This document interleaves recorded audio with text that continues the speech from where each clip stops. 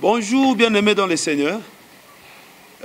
Nous continuons avec le travail que le Seigneur nous a confié, c'est de vous instruire par rapport à la valeur des Saintes Écritures. Sans la Bible, on ne peut rien. Ne me comprenez pas mal. Je ne suis pas en train de comparer la Bible et Jésus-Christ. Non. C'est sans Jésus qu'on ne peut absolument rien. Mais pourquoi j'ai fait une telle déclaration? Donc, sans la Bible, on ne saura même pas ce que le Seigneur qui nous donne la force veut. C'est par la mise en pratique que le Seigneur nous connecte à sa puissance, nous connecte à sa force. C'est par la mise en pratique de la parole. C'est par la mise en pratique de sa volonté, et cette volonté se trouve dans la Bible. Jésus nous a sauvés, et après nous avoir sauvés, il attend qu'on marche selon sa parole. Et quand nous marchons selon sa parole, là nous bénéficions de toute l'œuvre qu'il a accomplie quand il était sur la terre, jusqu'à la croix de Golgotha. C'est ce qui me pousse à vous dire que la Bible est très très importante.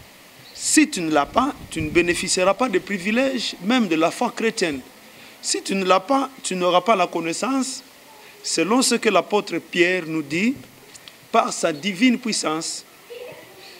Sa divine puissance nous a donné tout ce qui contribue à la vie et à la piété au moyen de la connaissance. Ici, Jésus nous a déjà sauvés. Et la deuxième des choses, c'est le connaître.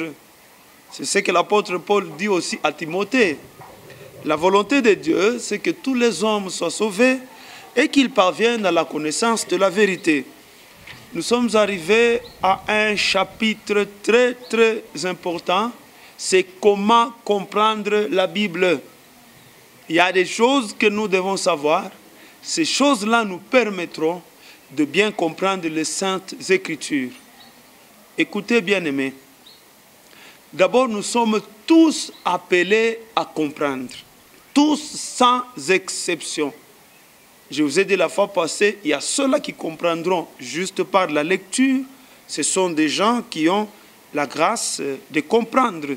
Et la majorité est constituée de gens qui comprendront après avoir écouté l'enseignement.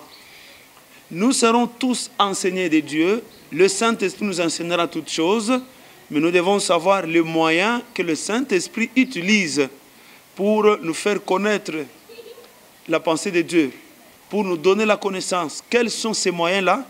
C'est notamment la lecture de la Bible et écouter ceux-là qui ont la grâce de comprendre la Bible et qui lisent la Bible. Je ne me limite pas seulement à ceux-là qui ont la grâce de comprendre la Bible. La grâce de comprendre la Bible ne suffit pas. Il faut avoir quelque chose à comprendre.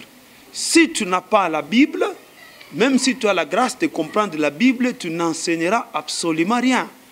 Et tu ne peux pas avoir la Bible si tu ne la lis pas. Ici, je ne dis pas posséder la Bible. Je dis si tu n'as pas les écrits de la Bible en toi. Même si tu as la grâce de les expliquer, tu n'expliqueras rien. La grâce sera au chômage.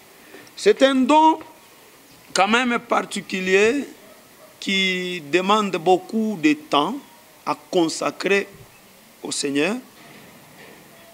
Si tu as une autre activité en dehors d'enseigner la Bible, même si tu as cette grâce-là, tu n'auras pas beaucoup de choses de la part du Seigneur. Parce que ça demande aussi la consécration. Nous vous avons dit la fois passée que nous devons avoir un dictionnaire français, dictionnaire anglais, ça dépend de quel pays où tu te retrouves, de quelle langue que tu connais. Tu n'as pas toute la maîtrise, tu as la Bible, tu lis, il y a peut-être des mots qui peuvent t'échapper et tu as besoin d'un dictionnaire. En dehors de ça, si nous pouvons avoir un dictionnaire biblique, c'est aussi bien parce qu'il y a certains mots qui sont liés à la culture juive mais que nous trouvons dans des Bibles. Tu peux avoir ces mots-là, tu ne connais pas le sens de ces mots, tu auras même des difficultés à expliquer les versets. Si tu comprends mal un mot, même l'explication que tu donneras du verset sera fausse. C'est impossible que tu donnes une vraie explication si tu ne connais pas le sens des mots qui se trouvent dans un verset. Il y a des mots que nous trouvons dans les dictionnaires et des mots que nous trouvons seulement dans des dictionnaires bibliques. Parce que ce sont des mots liés à la culture juive, là où le Seigneur Jésus est né et là où il a enseigné. Il enseignait aux Juifs. Tous les enseignements que nous avons dans le Nouveau Testament, c'était des enseignements donnés aux Juifs. C'était l'auditoire de Jésus-Christ quand il enseignait.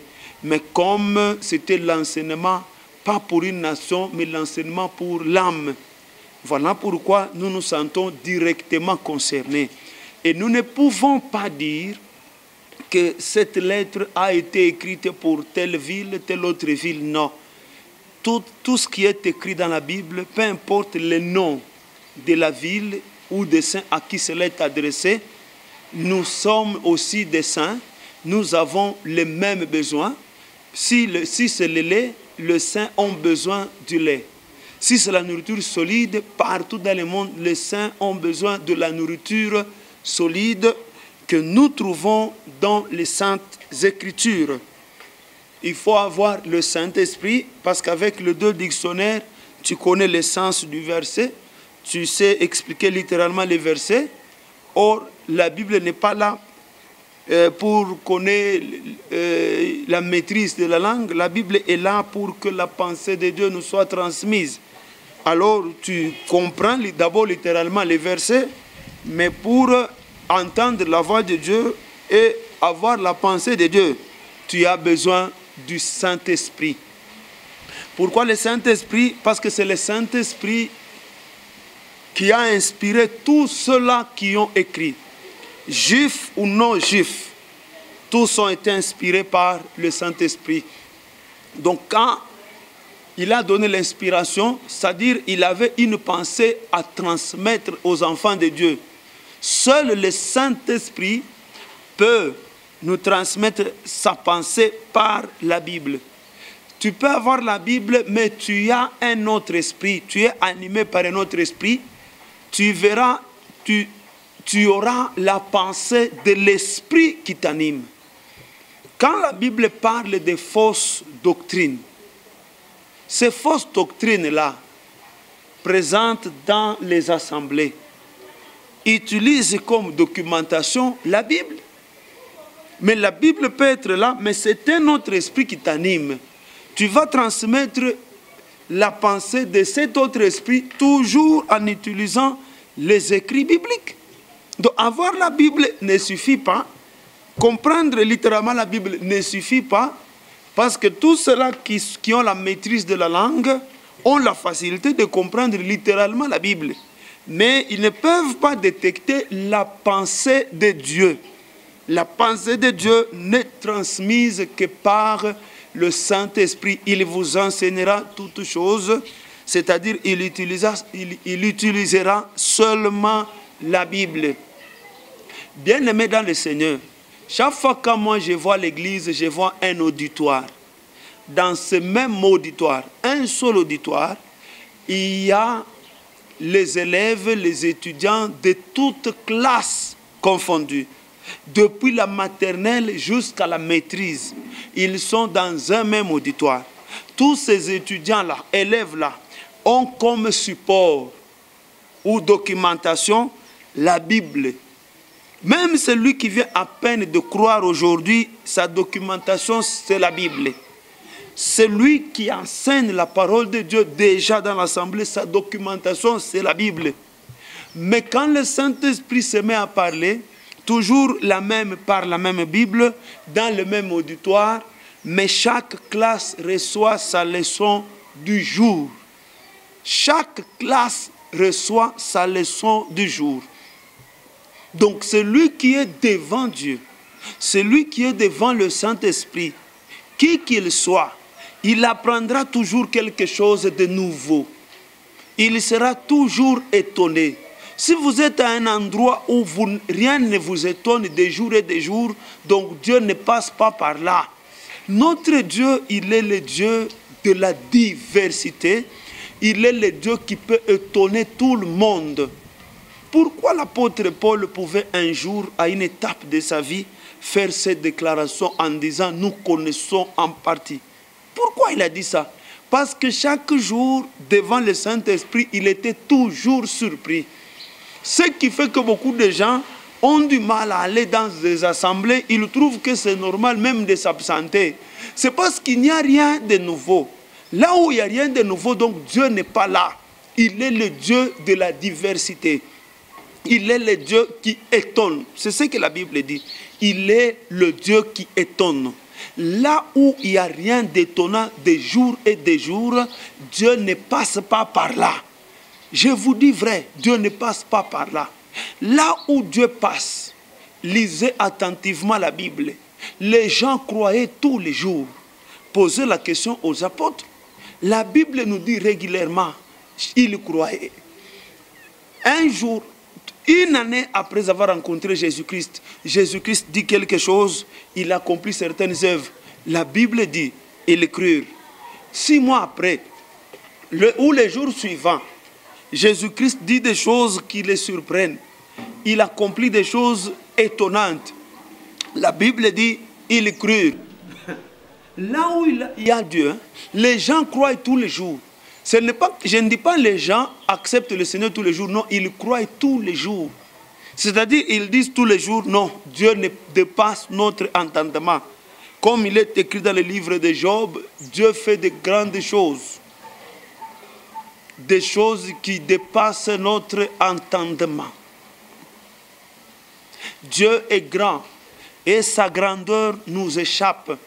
Chaque jour, le Seigneur manifeste sa grandeur d'une manière exceptionnelle parce qu'il est le Dieu de la diversité. Donc tout celui qui a le Saint-Esprit, il est soumis à Dieu. Il sera étonné chaque jour, qui qu'il soit. Il comprendra toujours de nouvelles choses avec la seule Bible qui est restée la même de génération en génération. Et nous avons encore dit, tu dois être membre d'une église. C'est l'église qui est le siège, c'est l'église qui est l'auditoire, là où le Seigneur transmet la connaissance. Là où le Seigneur transmet la connaissance. Tu n'es pas membre d'une église. Sache que ton sort n'est pas bon. Probablement, tu iras en enfer. Si tu ne te répands pas et retourner à l'église. Il ne faut jamais dire, non, vraiment, tous les pasteurs m'ont déçu. Non, tu as rencontré les mauvais. J'ai rencontré une sœur qui a dit, mon frère, moi, je ne serai jamais épousé par un pasteur ni par un homme de Dieu. Tous les hommes de Dieu m'ont déçu. J'ai dit non, non. Un homme de Dieu ne déçoit personne. Un pasteur venant de Dieu ne déçoit personne. Le problème, c'est que les gens sont dans la confusion. Ce n'est pas tout celui qu'on appelle pasteur, il est venu de Dieu. Ce n'est pas tout celui qu'on appelle homme de Dieu, il est l'homme de Dieu que nous nous confessons. Tu peux être homme de Dieu, mais il faut préciser quelle divinité. Parce que chaque serviteur reflète la vie de la divinité qu'il adore. S'il vit dans le péché, donc sa divinité, c'est une divinité qui est dans le péché. Chaque homme de Dieu transmet la vie du Dieu à qui il appartient. C'est pourquoi Jésus-Christ avait dit clairement, vous les reconnaîtrez par leurs fruits. Donc c'est leur fruit qui nous démontrera quel est le Dieu qui les a envoyés. Un homme de Dieu, quel Dieu? Si c'est l'homme de Dieu, le Dieu qu'on appelle l'Éternel des armées, il ne peut jamais te décevoir. Si c'est un pasteur, il est oint par Dieu, le Dieu que nous confessons dans la Bible, Jésus-Christ de Nazareth. Il ne peut jamais te décevoir. C'est ce qui est écrit. Donc tu t'es trompé de Dieu, tu t'es trompé d'homme de Dieu, tu es tombé sur les pasteurs qui ne sont pas venus de Dieu. Eux, ils sont toujours sérieux. Lisez la Bible. Il ne faut pas dire non, les pasteurs actuels. Non, non. Tu as rencontré des imposteurs. Sinon, les hommes de Dieu existent. Ils demeurent fermes jusqu'à aujourd'hui. alors retourne dans l'église, pose seulement la question au Seigneur, où est le bon? Où sont tes serviteurs? Le Seigneur va t'orienter. Il sait orienter. Il orientait les âmes sauvées vers l'église. Donc il peut encore t'orienter parce qu'il t'a sauvé. Autre chose, hein, pour comprendre la Bible, tu dois être un enfant de Dieu. Parce que cette connaissance qui est dans la Bible, on l'appelle dans le livre des Proverbes la science des saints. C'est la science des saints. Donc seuls les saints peuvent comprendre. Je vous donne un exemple pratique. Tu peux être dans un auditoire où il y a les mathématiciens. Ils ont leur vocabulaire et leur langage. S'ils commencent à parler en fonction des cubes, carrés, exponentiels, ainsi de suite, des dérivés intégrales, toi qui as fait les lettres, tu ne vas pas te retrouver parce que c'est leur monde. De la même manière, hein, la Bible, c'est le monde des saints. Cette connaissance, on l'appelle la science des saints. Donc si nous nous retrouvons entre nous, nous parlons, nous allons très bien nous comprendre. Un étranger qui passera par là, il peut nous prendre pour des fous. Comme on peut facilement, comme un homme de lettres peut prendre les mathématiciens pour des fous. Moi, j'ai fait les études d'ingénieur. J'ai fait les études d'ingénieur. À un moment donné, quand on peut laisser un exercice dans l'auditoire, on n'a pas trouvé le chemin à suivre pour avoir la solution. Nous sortons en cours de route. La tête est en train de tourner. Je peux trouver une procédure pour arriver à la solution en cours de route. Je m'assois. Je ramasse, je peux avoir la craie, tout comme je peux avoir un morceau de braise. Je continue l'exercice en cours de route. Parce que je dis, je peux perdre ce schéma ici. Quelqu'un me trouve en train de faire ça. Il me prend pour un fou. Mais moi-même, je sais ce que je cherche, ce que je veux. Je ne suis pas un fou.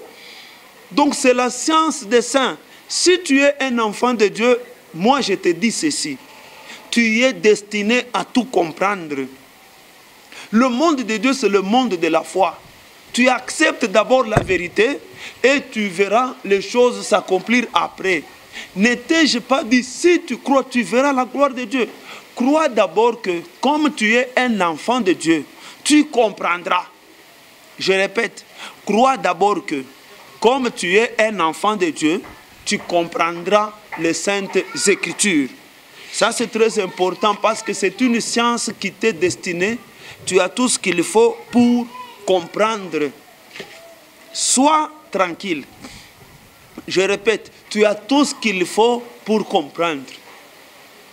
Je dis, le monde de la foi, c'est un monde un peu différent. C'est-à-dire, nous sommes là. Le Seigneur parle. Moi, je crois. Je ne vois rien. Parce que lui-même a dit, heureux ceux qui ont cru sans voir. J'entends seulement, ma force se trouve dans ce que j'entends. Je crois. Et je sais qu'après, je verrai. C'est ça le monde de la foi. Si tu ne connais pas cette formule, tu vas beaucoup t'embrouiller. Tu feras le tourment et tu rencontreras des problèmes très sérieux tout au long de ta marche. Quand le Seigneur vient, il te parle. Toi, commence déjà à voir ce qu'il te dit. Ne lui dis pas, je veux que ça se matérialise d'abord pour croire. Non, tu commences d'abord à voir ce qu'il te dit. Tu as ton poste, je répète, tu vois ce qu'il te dit. Donc le fait que tu sois un enfant de Dieu, il ne faut pas dire que la Bible est compliquée. Non. Dis-toi que cette science t'est destinée, tu as toutes les capacités pour comprendre. Un autre point qui peut vous aider, on ne comprendra jamais tout le même jour. On va commencer à partir de ce point la fois prochaine. Que Dieu vous bénisse abondamment.